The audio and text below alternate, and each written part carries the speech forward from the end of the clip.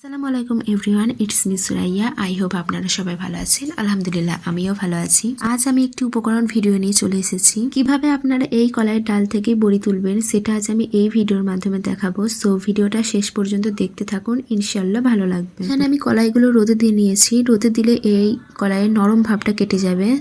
সামান্য একটু কড়মড়ে হয়ে আসলেই আমি এই কলাইগুলো তুলে নেব। আমি এই আস্ত কলাইগুলো চাতার সাহায্যে ভেঙে নিয়েছি। তারপর এই কলাই আপনারা প্রায় 7 ঘন্টা পানিতে ভিজিয়ে রাখবেন। এখানে আপনারা গঙ্গার পানি ইউজ করতে পারেন। এতে বড়ির হলদে ভাবটা কেটে যাবে এবং বড়ি সাদা ধপধপে হবে। বেশিক্ষণ টাইম নিয়ে পানিতে ভিজিয়ে রাখার পর আমি এখানে কলাইগুলো ভালোভাবে ঘষে নেব।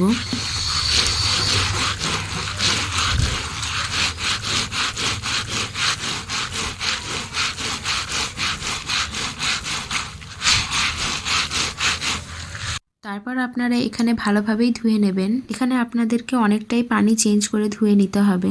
ধোয়ার পর আমি আরও 6 ঘন্টা পানিতে ভিজিয়ে রাখবো।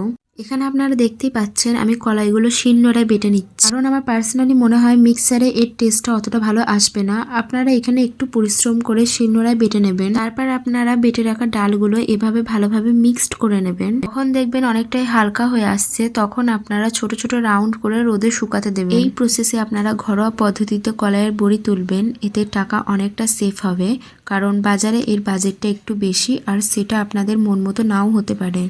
ভালো জিনিস পেতে হলে একটু পরিশ্রম করতেই হবে। আপনারা চাইলে চাল কুমড়ো ইউজ করতে পারেন, বাট আমি এখানে চাল কুমড়ো ইউজ করব না। আপনারা এই প্রসেসে বাড়িতে নিশ্চয়ই ট্রাই করবেন। সো ভিডিওটা যে আমি এখানেই শেষ করছি। ভিডিওটা ভালো লাগলে লাইক কমেন্ট শেয়ার অ্যান্ড চ্যানেলটি সাবস্ক্রাইব করে দেবেন। ভুল ত্রুটি হলে অবশ্যই ক্ষমার দৃষ্টিতে দেখবেন। আল্লাহ হাফিজ।